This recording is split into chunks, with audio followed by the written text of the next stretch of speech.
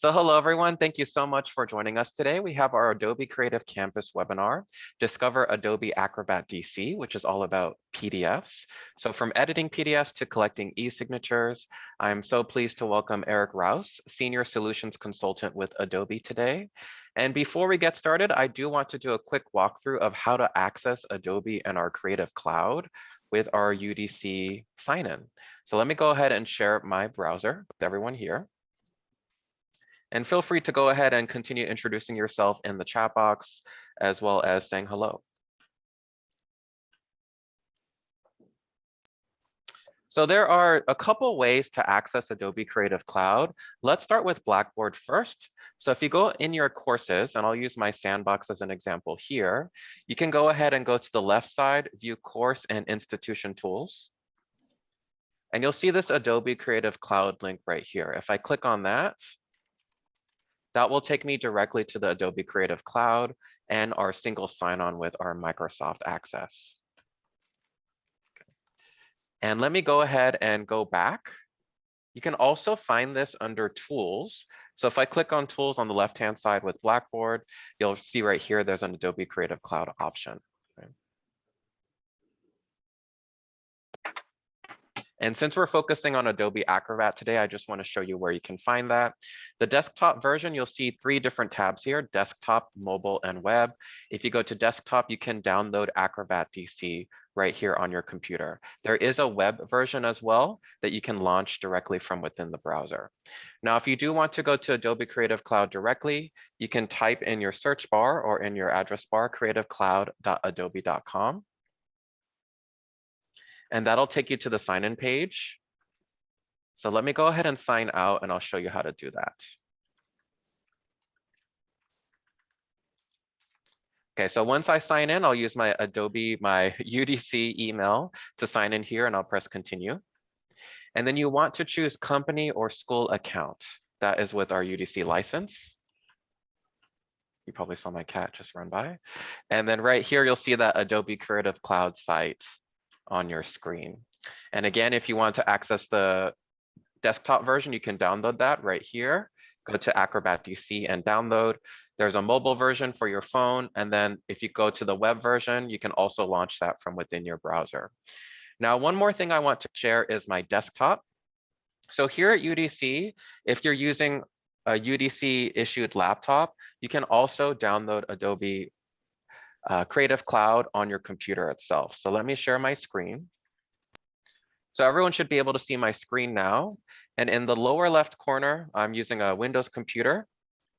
You'll see something called Software Center. If you click on Software Center, and can everybody see that on my screen? Yes. You can give me a thumbs up or say it in the chat box. No.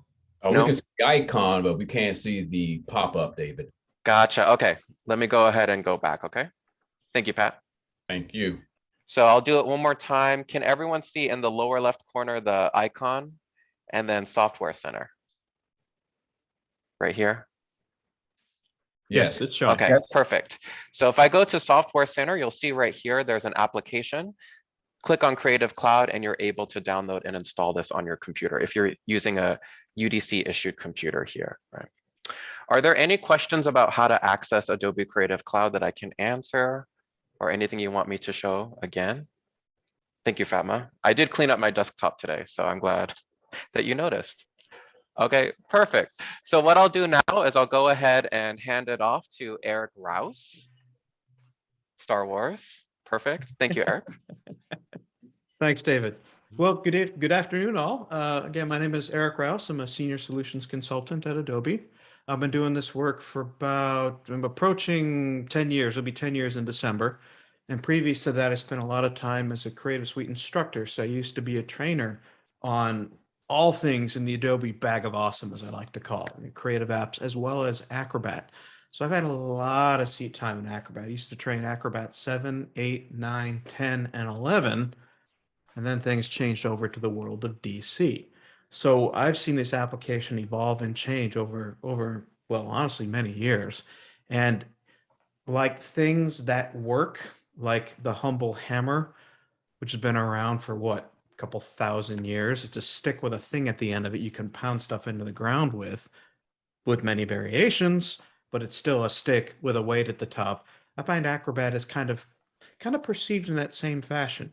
It just makes documents, right? And yes, very true, but there's a lot that can be done in the world of Acrobat that is one of those, well, hey, I didn't know it could do that kind of stuff. So on my screen, I was just sharing right now, just do a quick refresh. If you've ever wondered, adobe.com/acrobat/features, and that'll talk about what can Acrobat do for me, or how can it help my business practices. Because if there's nothing else that you remember for today, I would love it if you would consider documents just aren't documents anymore. Documents are data. You need to pull stuff out of those documents so you can use it in other places, so you can have more effective internal or external communication. So documents just aren't hunks of paper anymore, like historically they used to be. We kind of moved beyond that into the world of, oh, wow, I need to extract some information out of that file. Or as one of the questions that I had seen about what do I want be focusing on today, effective uses of syllabuses. How can I make a syllabus more interactive or more standard, along with creating PDFs, combining and editing PDFs, as well as OCR, optical character recognition, which will take this humble piece of paper as a JPEG and a pile of pixels and turn it into searchable, editable text. And that'll take us into how can I make bookmarks if I wanted to start to look at longer documents, as well as some annotations and highlighting. And we will venture in the world of, I need to be able to look at my PDFs on my device, or how can I scan those humble pieces of paper and turn them into PDFs with some tools at your disposal as well. So that's kind of the plan today, making PDFs, combining them, transforming them out of the world of pixel into the world of font. Hey, how can I make a form, or at least a more effective form, or some best practices using bookmarks, making some highlights and some other additional tech coming out of the world of mobile. So I always welcome questions on the fly. If you want to come off mic or put them in the chat, chat might be easier because it's monitored and somebody can flag and say, hey, got a question from the field. This one's really, really significant. So that being said, let's get started.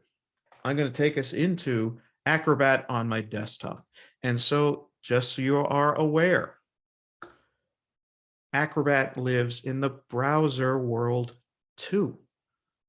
Acrobat.com, acrobat.adobe.com, beg your pardon. And you can see that from the browser, I can convert and make PDFs, and I can edit PDFs and share. So it doesn't necessarily have to be desktop, and I'm very happy to talk about desktop. I know it well. But as a lot of these things I'm going to present today are for your consideration. People stick with workflows because it works, doesn't it? Because school's got to keep running, processes need to keep moving forward. So you do what you've been doing for a while. Why? Because it might be challenging to find time to make some changes. So what I'm going to show, please try to potentially adapt or see if I can extract some content from today's presentation that could be useful on your everyday PDF world. So let's jump into desktop Acrobat. Here I am. Acrobat is on my desktop. You're just seeing a big pile of what have I opened recently. That's why it's all loaded with particular documents ahead of time. But the first thing I want to cover is creating PDFs.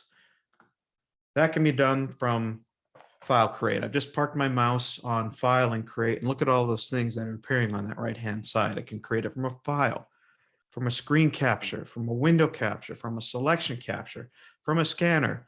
A little archaic. Don't know if y'all have a volume scanning capability, like a batch scanner with a big old feed hopper on it. And it could feed in a couple hundred pages, which would go from paper to image to PDF and possibly that fourth step into OCR, but that's why PDF from scanner. PDF from web page, try to stay away from that because web pages are very complex nowadays, and the Acro language might not have kept up as it had in previous versions of Acrobat, as well as from clipboard. But we'll also look at combining files into a single PDF and creating multiple PDF files. We will be touching on forms and possibly PDF portfolio if we have a chance. Now, why is blank page at the bottom here? What I've said for years is consider Acrobat as a end of the road process, because Acrobat doesn't know how to create blank documents that you would freely type in or use as forms. Acrobat loves to take what has been made from the world of PowerPoint or Microsoft Office tools like Word or Excel, or a big pile of pictures, or maybe it's InDesign for desktop publishing or Illustrator file. So Acrobat becomes that, let me make it a universal readable file. But I do my work in a source or what I call authoring application. Maybe I author in Word, maybe I author in PowerPoint, and I make my changes to make my final file, and then I need to distribute that document, hit the button, turn it into a PDF. You can make a blank page, but it's not as easy to add content from an authoring standpoint inside the world of Acrobat. So for me, a best practice is when you're making PDFs and you want to edit a PDF, you certainly can, and I'll show you how, but consider, what is your source document? What is your document of record? Is it the original file coming out of Microsoft Office or maybe InDesign? Or is your source file the PDF? So we'll file that under for your consideration, but I will expand upon that as we move forward in this presentation. So create from file, not very challenging to do. Click PDF create from file. It's going to say, great, go find me something that you want to convert. All right, well, I'm happy to do that. I've got all sorts of stuff I combine. I can choose varying file formats, PowerPoints, Words, Docs, spreadsheets, whatever. So in this case, I'm just going to pick a doc and I'm going to say open, and it's going to convert it to PDF. Now, you might have noticed that Microsoft Word opened as the process to create that PDF. That's what it's supposed to do. Don't worry about it. Also, I'm going to go into Word.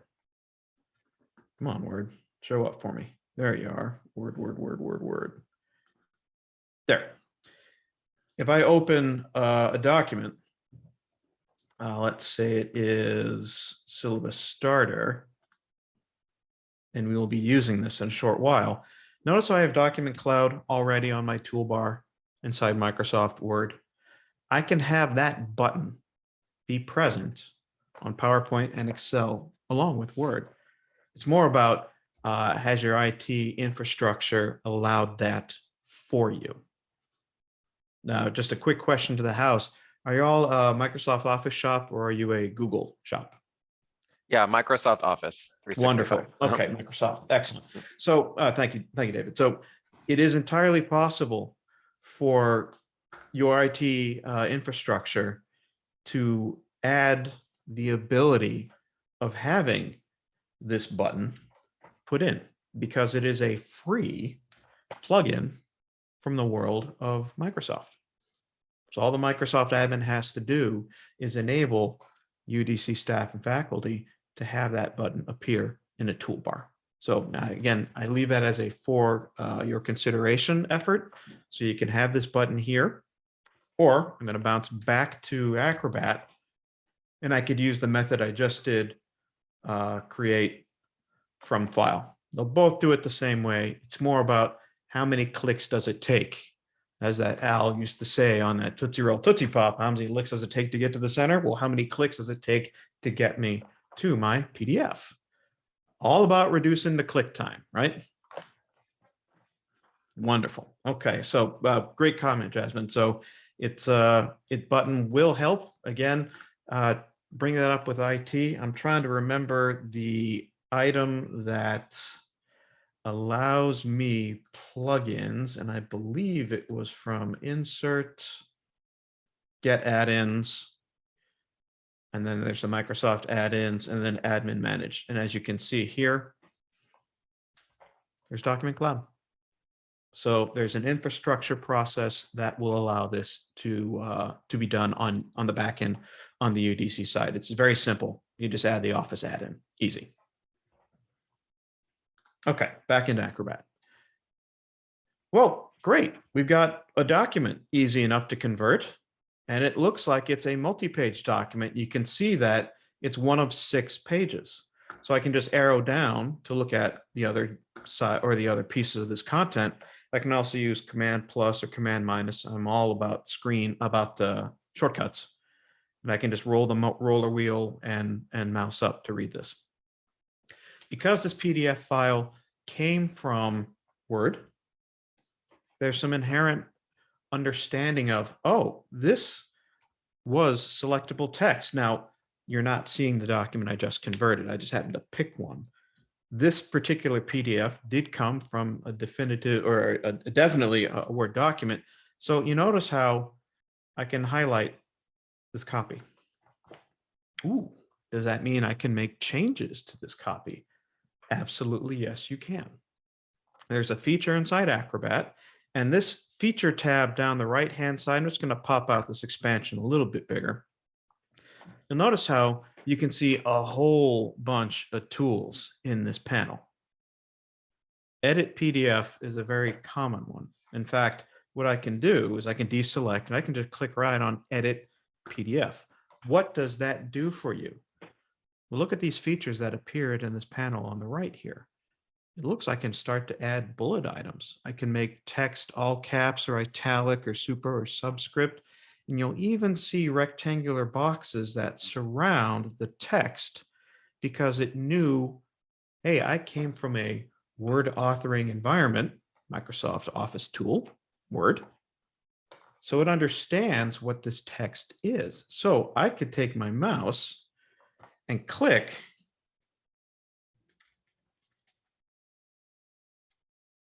start typing. Now I can also pick a font family as well too, to try to match the font family that was present. It stuck with the serif font because that was the last font I happened to use, but it's entirely possible to highlight this text. And you notice how when I highlight this text, it says, oh, that's Calibri right here. So I could highlight my new text and come into and look for, if I could type out a quick CA, I should be able to get to Calibri. If I can't find it, it's because I can't find it, but hopefully you understand the concept that this does not have to be the default font that appeared when I started typing. More importantly, the takeaway is you can now edit text inside the world of a PDF. And that text will also understand line wrap. So it's not like what I used to call typewriter mode once upon a time, where which I would have to try to plan out my spacing and the amount of space I had under and below the text content that I'd have to accommodate for, because if I started typing, other stuff wouldn't get out of the way. So in my mind, this kind of stuff is more like I just need to change a date, or I need to change a name, or I need to eliminate something, or maybe there's a typo and this M wasn't a capitalized M when the original was made. I just need to make some kind of local change to this particular document, because this gets into that philosophy I was mentioning earlier. What is your source file? Is your source file the Word document, and that's your source of truth? Or is the source file the PDF of that Word document? Myself, my philosophy is always go back to the authoring application to ensure that the change made locally, like me adding that piece of type there, is now included on the back end in the Word document that, in this case, I didn't start with this, but as long as you understand it, this became my source file, which then got converted to a PDF in this world. So add it as for your consideration for that philosophy for how you want to make changes. But it is rather nice that I can make that text change and make alterations, edits to a source document like a PDF. Now, while we're inside and looking at other things that I can do here, I can highlight all this text. I can add other things like if I wanted to add an image, return a piece of text into a hyperlink because maybe I forgot to do it or that hyperlink didn't make the trip over from Microsoft Word. I can open up Acrobat, click on the edit button, that's that pink one right here, and say, all right, this piece of type, this needs to be a hyperlink. So I can create the link. Maybe somebody typed out the URL that was in the Word document. It can transform it very easily from Word into Acrobat. Or I can just add it by clicking add, and then it will show up in other places. So again, plenty of things you can do from a document standpoint of editing pure text from creating content. But usually you're not making PDFs that involve one file. You're making PDFs that involve multiple files. It might be a Word doc, it might be a PowerPoint, it might be 3 or 4 different graphics, it might be a spreadsheet, and maybe you got to slap a cover letter on the top of all of that. So how can I make a PDF that comes from multiple sources? I'm not going to say this particular file. I'm going to come back to Desktop Acrobat. I'm going to say create. I'm going to say combine files into multiple files into a single PDF. So I'm going to click on that, and it's going to say, all right, go get me the files that you want to turn into a singular PDF. I can say add files. It's going to open up my screen, and I'm going to pick all 6 of these, or all 5 of these. It's a spreadsheet, it's a PNG file, it's a document, it's a JPEG, and it's a PowerPoint. I'm going to say add. It's going out and getting the files. Now you notice how it pushed away Acrobat to open up PowerPoint. This is just the mechanism it needs in order to help facilitate that creation of the PDF. So don't worry about that it's doing it. It's supposed to be doing that. And when it is done, I will get back into Acrobat and it will show me here are all the files. You can see that it has interpreted all these documents. I can even open up a multi-page document and hit this expand icon to expand to 6 pages. And now I can actually look at the content contained therein. And now I can see that there are 6 pages involved inside this PowerPoint file. Now, maybe in this creation of this document, I don't need all 6, or I want to change the sequence order of these 6. So I just click on this page and I can zoom in, or I can drag it. So I want it to be here, and I want this one to be here, and I want this one to be here. And maybe I don't want this one, and maybe I don't want this one. I did not trash or destroy my source document. That's still intact. That's still a 6-page PDF. I made a local change in the creation of this multi-document, ultimately becoming a single PDF. In fact, I can move this particular graphic to the front of the line. Here, that was my JPEG. This is my PowerPoint file. I can collapse that. I can open up the Word document.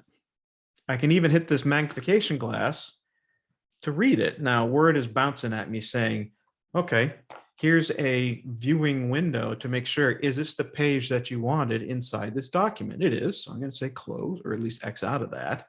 So it becomes a visual aid. JPEG file and spreadsheet as well, too. So all these options make it easier for me to get a more perfect document. Will this mechanism work if you keep everything in SharePoint? Absolutely, yes. You can stay in SharePoint. You can select the documents that live in SharePoint and even create from SharePoint. So that's a nice feature that's built in. Microsoft and Acrobat work exceptionally well together. Now, all I have to do at this point is, yes, I can add further files if I wanted to. Or I can click on this options panel to say, do I want to add those bookmarks to that PDF? I know bookmarks is an item I'm going to talk about. We'll get into that. Or do I want to continue combining if an error occurs? Or do I want to always enable accessibility and reflow? I'm a big fan of accessibility. I like to make sure that a document I create will be more apt to be viewable, in a screen reading environment. There's Section 508 for the visual impairment. It's a federal standard that ensures that any document that's authored can be read by screen reading devices. That's why it's asking me this. Do I always want to accept it? Now, I don't necessarily want to delete the source files as that last option. I never really touched that, but I'm going to click OK on this to say, great, I like it. And now all I do is hit combine. So now it is converting to be the final format. And again, it's just opening up those other applications just to say, okay, I'm making sure I've got the right documents. Don't worry about it. That green check mark, as you see on each one of these screenshots, thumbnails, means the conversion is continuing on in its process. And as that marches to a close, I should now get a PDF, and here it is. 13 pages. Because of the page structure, it wasn't 15 pages because I deleted a few out of that PowerPoint file. I'm going to zoom out a little bit. There is the screenshot that we started with. And I can open up my panel on the right-hand side to look at my pages icon, just to make it easier to see for thumbnails. So I can easily click and work my way through this particular document. And now I have something that was composed of multiple formats, now very neatly assembled into one singular document. Now, can I rearrange these pages after creation? Absolutely. Click, hold, drag. Now I moved it. I can do it when I was authoring it, or I can do it after it has been made. But it's very, very easy to do. So, creating PDFs. Come up to File, come up to Create, and pick the method that's going to work best for you. I tend to work with from file if I'm going to do single documents to be turned into a PDF. Or if I have something that might be, maybe it's like an admissions letter, or I might have to have multiple pieces of information go outbound to a student. It's going to be more than one document. I don't necessarily want to have an email attachment of 5 distinct files. Maybe I want one PDF. I could do that here by creating files into a single PDF. Now, in this creation process that I had mentioned earlier, bookmarks had appeared. I am a big fan of bookmarks because bookmarks allow me to very easily have you can consider it a table of contents, an easy way of looking at a document and moving my way through a document without having to guesstimate from the thumbnail, did I want to be on this page or did I want to be on this page? I'm going to close out of this document and I'm going to show you how we can start to make bookmarks. I'm going to open up another file. And let's see, let's go to Cannondale here.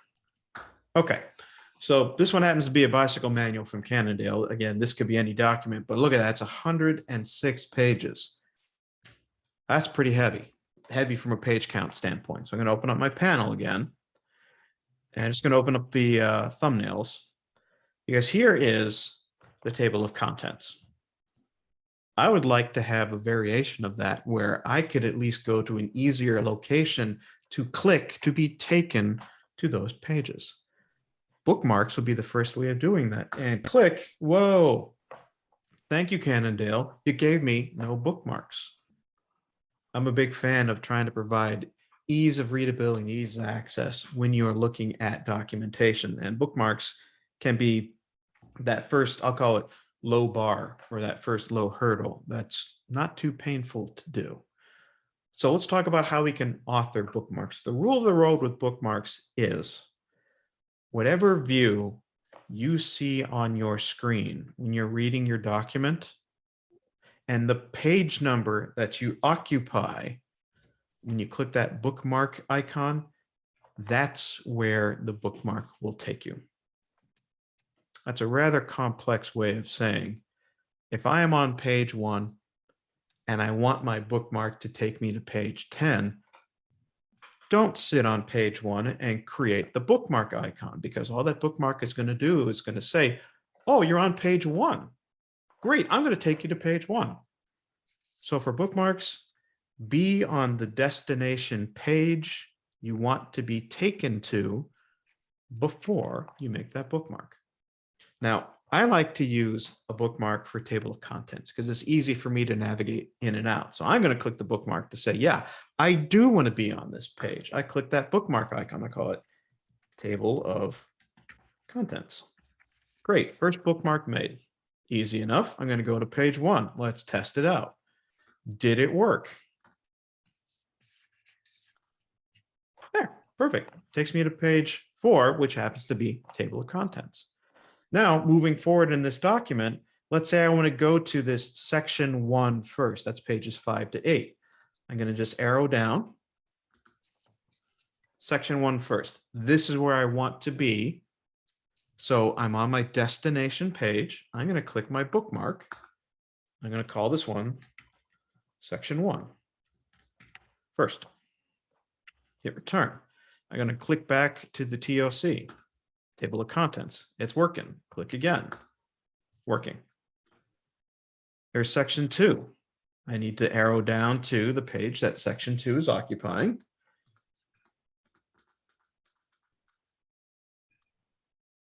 Oh, looks like I skipped through it. Where are you 2? Section 2, safety. Okay, so I'm going to make a new bookmark. Section 2. Notice how the sequence isn't the way I like it. It did TOC, it did section 2, and then it did section 1. It is very easy to drag a bookmark to be in the order you want somebody to have a clickable experience. And all you do is you click on this little bookmark icon and you drag. And you see that gray bar that appears? Wherever that gray bar appears means that's where the bookmark's going to live. So now I have a TOC for table of contents. Here's my section 1. Here's my section 2. I also mentioned that size of screen and zoom in on screen is also something that can be recorded as a bookmark principle, because maybe you want to have like a figure or a map or a detail that you want to bookmark to say, click me to take me to that zoom in of maybe one corner of that page. So what I'm going to do is I'm going to go to a document or a page in this document. There we go.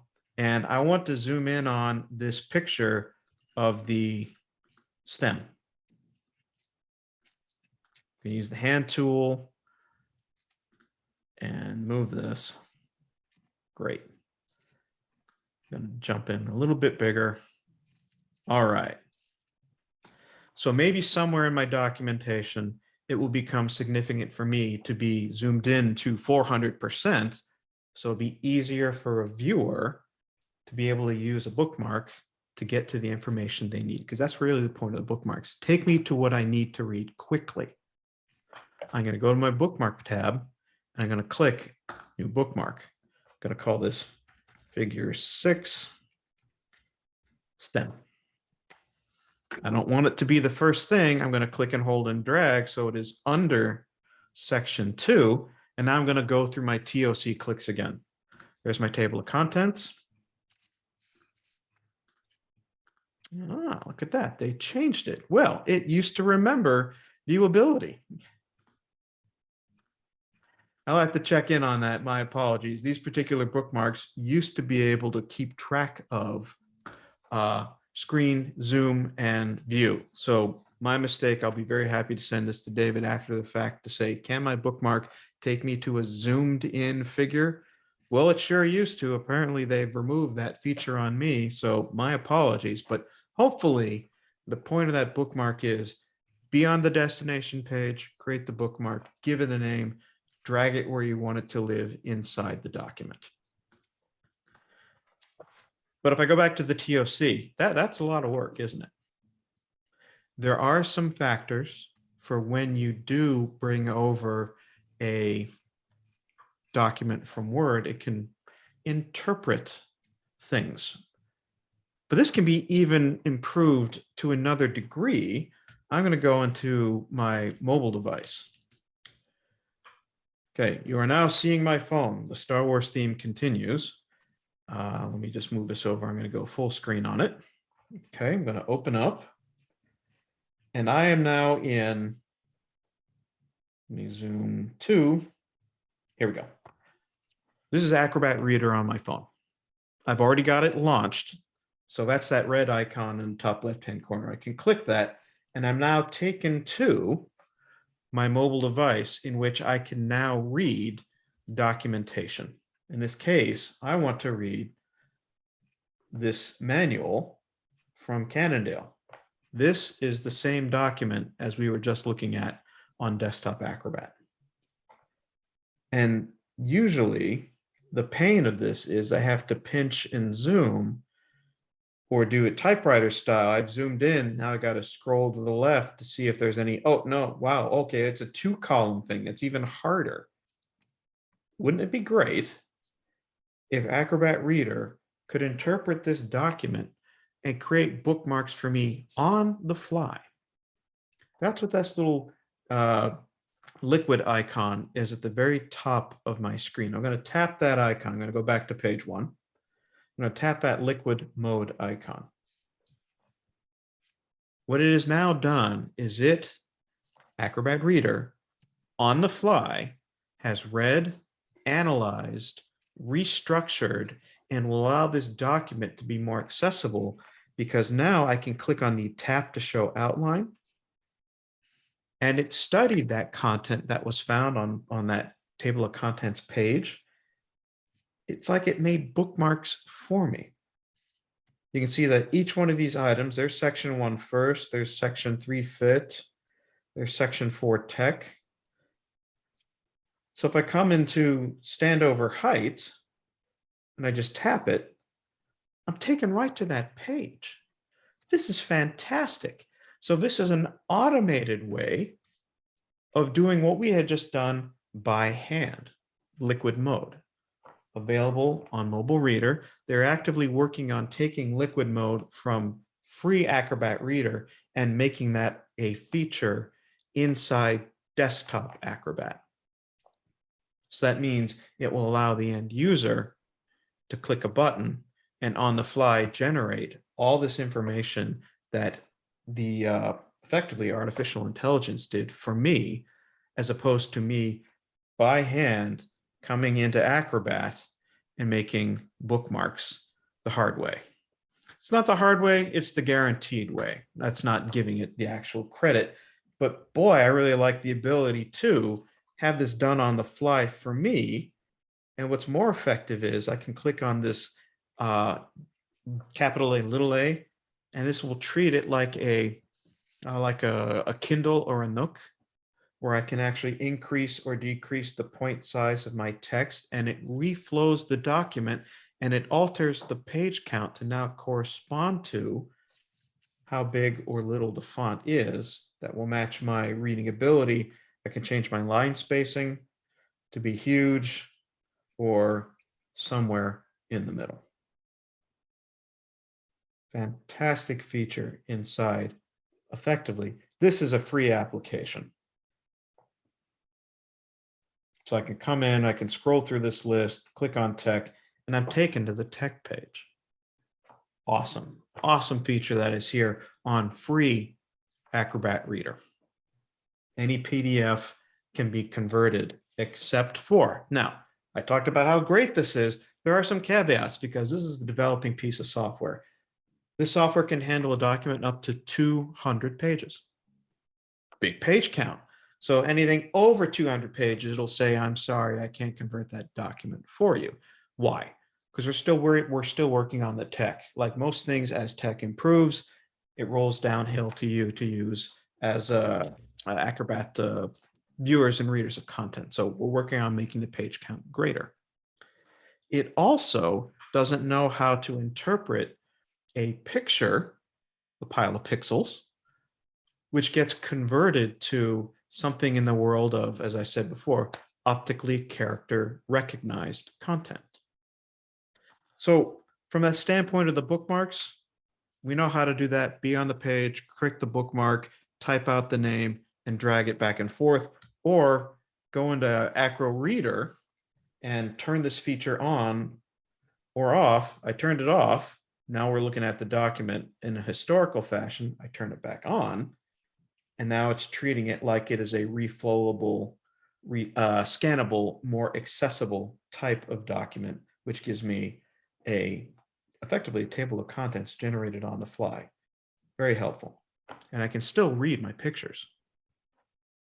It gives me my text, and my text can still be increased depending on my needs for viewing. Great stuff. Let me go back into Acrobat. But where I was going with this document, as we initially had seen it, was sent to me as a PDF, right? Cannondale Bookmarks PDF. But what if I don't have a PDF? What if I have paper, like honest to goodness paper, or what you might see, or maybe what one of your business practices is, a form is created, but the instructions on that form is, please take this form, print it out, pen and ink, write on it, take a picture of it, and send it back to us. That exists in many, many different institutions, commercial and education, but let's at least look at how we can take something that was formerly a picture and turn it into searchable text, and then I'll show you how you can actually make a form that will originate from another source document, say like a Microsoft Office document, a Word document. So let's start with that picture. I'm now going to close out that document. And if I'm going to create, I'm going to say a PDF from a file. So now what I'm going to do is I'm going to pick a document. This is what I'm going to bring in. This is a piece of paper that got scanned. This is pixel-based information. I'm going to take this pixel-based information and I'm going to turn it into selectable text. How do I do that? Well, the first step is make this picture into a PDF. We know how to do that. File, create, from file. I'm going to hit open.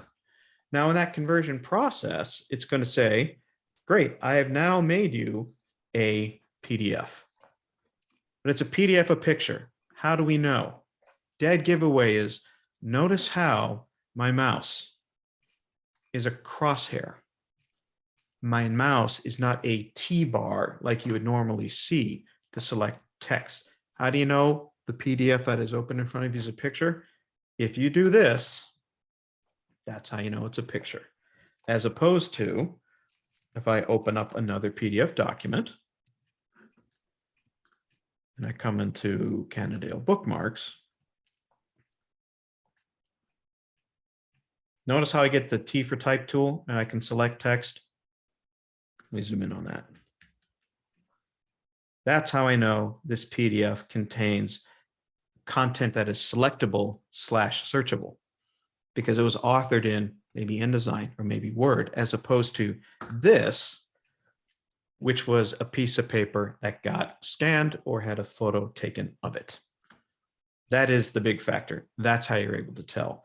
Crosshair, blue box versus T for type tool, drag and select. How do I turn this into actual selectable text? Now, I have features down here that are already, but I like to advocate for typing out the thing that you want to do in the search panel. In this case, I want to OCR, so I can type out OCR, and now it shows me all the features contained inside Acrobat that deal exclusively with optical character recognition. Great, super efficient. I don't have to memorize placement inside a menu. I just type out, what do I want Acrobat to do for me in the search bar? And it gives me all the things that use that particular word, OCR. So that's what I wanted to do. I wanted to recognize text. I'm going to click it. And now it tells me, all right, you're in recognize text mode. What language is it? So if this picture of font came from another world language, maybe it's French or Spanish, it will interpret those particular tildes or accent marks as actual part of that word, as opposed to smudges or dirt on the page. That's why it's asking, what kind of language do you want? And there are different settings as well, too. I can tell it to search across multiple pages, because why? This PDF could have been a 10-page PDF of 10 pictures of 10 pieces of paper. That's why it's saying, what page do you want to use? I just happen to use a single image, and that's why it's only a one-page PDF. Now it's saying, once you actually do this optical character recognition, what do you want it to do? Do you want this to be a searchable image? And there's some distinction on this. You might want to have a photo on top, but immediately underneath that photo would be the actual text that wouldn't be selectable, but it'd be searchable. And that goes to, say, from a records management standpoint, or how you want to actually interact with these particular documents. So it'll still give you that pristine image quality, if that's what you're looking for, but it'll still allow you to search. Or do you want it to be editable text and images, as in take me all the way to what we had seen earlier from that Cannondale example? Can I actually go in and make some edits to that text? So again, that's up to you. You can even put it in the middle, searchable image exact. Let's take it all the way to make it editable text. Now, why is it asking me for dots per inch? A picture keeps track of how many pixels are contained in a square inch. Middle of the row, 300, that will make a nice optical character recognition. 600 pixels per inch will make an awesome optical character recognition. But like the old saying, garbage in, garbage out, if you have a piece of paper that looked like the dog ran over it and there are footprints on it, a image that's got smudges and dirt is going to make it harder for Acrobat to understand. Does that pile of pixels, is that a letter shape, or is that a crease? Is that a piece of dirt, or is that an actual word? So as clean as you can make that piece of paper or that image, that's why it's giving me these options for dot per inch, pixel per inch, really. So now I click OK. And then I choose recognize text. So I just gave it some rules. Please use English text. Please use the settings to make this editable content.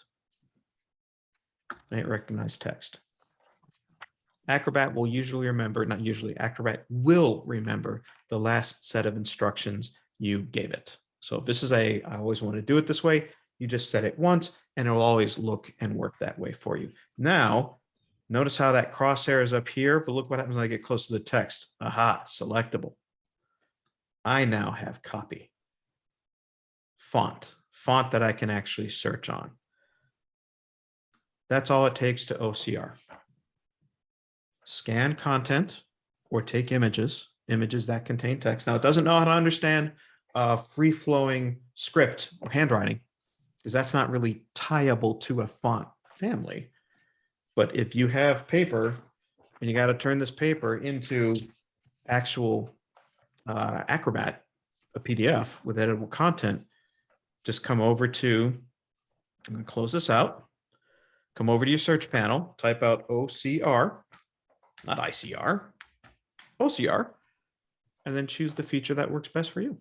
In this case, it happens to be recognizable text. Very easy. This engine has come a long, long, long way from back when I was teaching this stuff when it was Acrobat 8. Very effective. And I can pop that open. And now I have pages. Well, okay, it's only one page, but now I have something that I can, if I didn't want that to be there, I can highlight that and say delete. Now that's just me giving it a strike through from a note, an annotation and a comment. But now I have something that's searchable. So the OCR aspect becomes very effective for, depending if you have large volumes of pictures that become images, that become PDFs, and you want to be searchable. it's a great mechanism to use. But in terms of, okay, I've got some documents made, and I want to make a more effective syllabus. How do I go about doing that?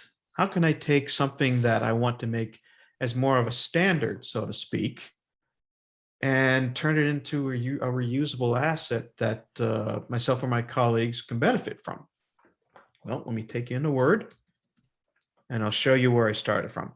This is a Mark 1 Mod 0 syllabus I downloaded right from Microsoft Office. It does not have your branding. It does not have your look and feel at all whatsoever. But I'm using this as kind of my base example for how can I actually make a syllabus. The best syllabus, again, as I was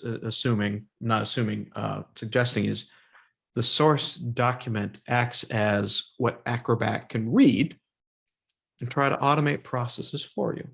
So a syllabus like this, it's not really clear to me how I can interact with this. Sure, it's just a Word document, but what I don't want to have to do is look at this and maybe be concerned about, well, is this a form? Is this not a form?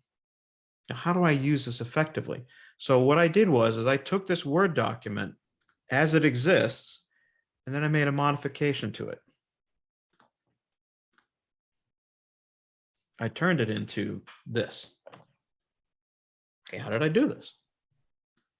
All I did is in this case, I said instructor name.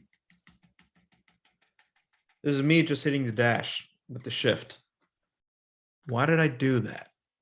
Because Acrobat is exceptionally good at understanding graphical symbols to say, oh, you must want this to be a form element.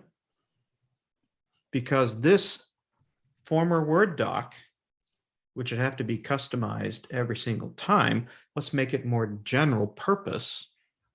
And all I did is I changed some of the text around to say course name syllabus to be sample syllabus. And instead of having course overview, all of this copy, I went to the draw icon, beg your pardon, the insert icon, and put in a rectangular shape. I deleted the text and I just made a rectangle. That's why none of the instructions, as you can see here, like course overview, required text, course material, and so on, resources, you're not seeing that because I just deleted it to say, I want this to be a free text area anybody can type in. So I just made some modifications to the original document to take it from instructions to something that might be more easily interpreted by Acrobat. So now we're going to take it the next step. I'm going to go from Word into Acrobat. So I'm going to come back into Acrobat. And I'm going to open up. I've already pre-made this document ahead of time. The old Julia Child's rule. You never cook the whole meal. You have it made in sequences or segments. So I come into Forms. And here's that document. So we had gone from sample syllabus in Word. I'd already pre-made this as a PDF file. Well, great, it's a PDF file, but I want to turn this into a form. That's my next step. Well, there's the prepare form icon right here. Or I could even come up with the search tools and type out form. And I can say create form. And it'll say, oh, okay, cool. You got a single file, syllabus01.pdf. Is this what you want to change? Yes, it is. I click start. It will now look at and interpret what was just a plain old underline and say, oh, you must be a free type text field. That box, oh, you must want that to be a free type field as well. Now, this sample syllabus, if I go back to Word, this was just decorative, right? This line, this is a visual device to say, I want this to be a line break, so to speak. But Acrobat is like, oh, wow, you want that to be a field too? Well, actually, no, I don't. I can click on it and say, you're not a form field. Delete. You're a visual entity. you'll see on this right-hand panel, there are all of my fields. Notice how they have names. Where did those names come from? That was part of the form conversion process. It knew that, okay, instructor had a line underneath it. Therefore, the name of this field must be instructor. So it named it for me. Thank you, Acrobat. And also turned it into a free form, free type text field. That's what all these icons are across the top here. This is like a text. This is a text box. If I want to add radio buttons, beg your pardon, checkboxes or radio buttons, I can do that too. I have the ability to do scrollable lists, drop-down lists, actual buttons, adding in pictures, calendar elements, if it needs to be a signature, even barcodes. I could do an entire segment purely on forms in and of itself, but let's just at least start with, I have a Word doc, I converted it into a PDF file. I then told that PDF file, create form. And then it interpreted all those lines and boxes into, you must want me to be an actual form field. You also notice the sequence that it put it in. It said instructor, phone, email, office location, hours. Then it went to course overview, required text, course materials, and resources. Okay, it was making an assumption that it would want to go in a vertical fashion. Tab order is something you can very much control from a forward, as in I type into a field, hit the tab key, I go to the next field, fill out more content, hit the tab key, go into the next field. If you don't want to start with instructor and you want to start with course overview, all you do is you click and hold and you drag, just like we did bookmarks. And just drag instructor underneath. And I can make course overview first. I can make required text next. I can make course materials third and resources fourth. What am I doing? I'm just changing the tab order. As in, somebody gets this and they're typing, hit tab, they're taken to the next field. And also has page 2. So you can look at the material that was done on the conversion for page 2. There was exam schedules. Now I left this table as a blank entity, and these weeks, oh, hang on, week. I don't want that because these are visual elements. Really wanted the assignment policy and the additional information. I can go further. I can double click and set preferences for, yeah, if you're going to type in here, do you want this to be multi-line text?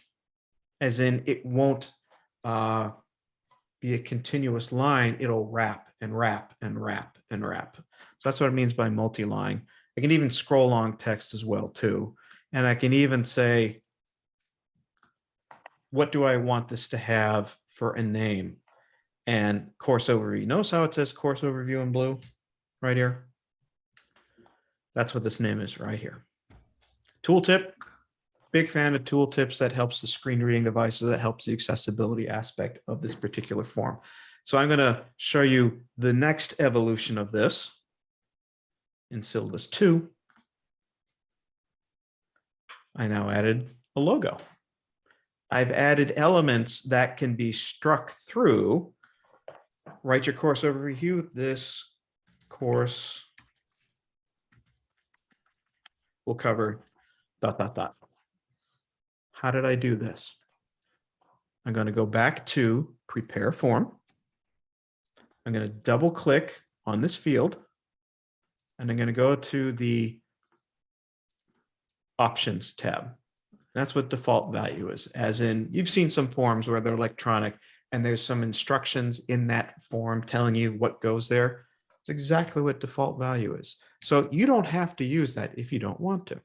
It's more about knowing your audience. I know we got a couple minutes left, so I'm just trying to wrap up on this aspect and just show you a quick aspect on highlighting and some of the commenting tools. But as I said, forms could be its own subject if you want to dive deeper into this.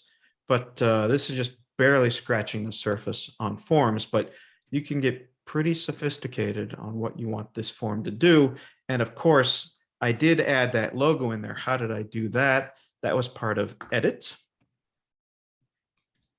and add image. So normally you would have your own document, your Word document in your own letterhead with a header and footer.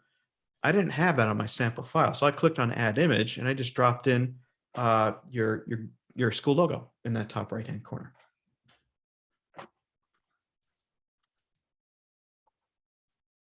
And a quick note, just to show you it's there, and then we'll wrap it up for today. I know we're just at the end of time. The commenting ability. It is entirely possible to get a PDF and put in all sorts of iconic treatments that will let other people know, hey, I've read this and I have some input concerning this document. There's a massive list of comments of thought bubbles. Click a thought bubble, drop it on the page, and then I can add in, this is my input, or I can take the highlighter tool and highlight content. I can even text edits. If I say, well, I don't want it to be cycling sports group, I just want it to be cycling sports, let's strike the group. Comments mean I'm making changes to the PDF so you can go back to the source file, and that's why I started with that source file logic, and make the changes to that source document. So comments anticipate going back to the document that effectively started before this became a PDF. So lots of commenting tools in there. And I know with that, we've hit the wall. Thank you, David, for allowing me to extend just a little bit. Any further questions, or again, happy to have another chat on forums if that would be effective use of time for y'all. Yeah, excellent. Erica Wright, do you have a question? I have a couple. Yeah, please. One, I have definitely enjoyed the evolution of Adobe since it first started, especially in what you just showed about forms. Basic question is actually, can we change the color of the highlights or Sure. do multiple color highlights? And if so, can you show me? The color of the highlight is chosen by a dot. So I come into this highlight and I can double click it. Notice how when I click on the highlight tool, it goes canary yellow. Well, if I don't want canary yellow, I make it whatever I want. You just have to remember to change the color every time you need a color change. This is kind of a persistent memory because I changed it to be purple. Now every time I use it, it's purple. But if I need it to become red, I have to click on the color to make it, because it was chosen, that's why it flashed to red immediately. But notice how this yellow one didn't change? I didn't have it picked.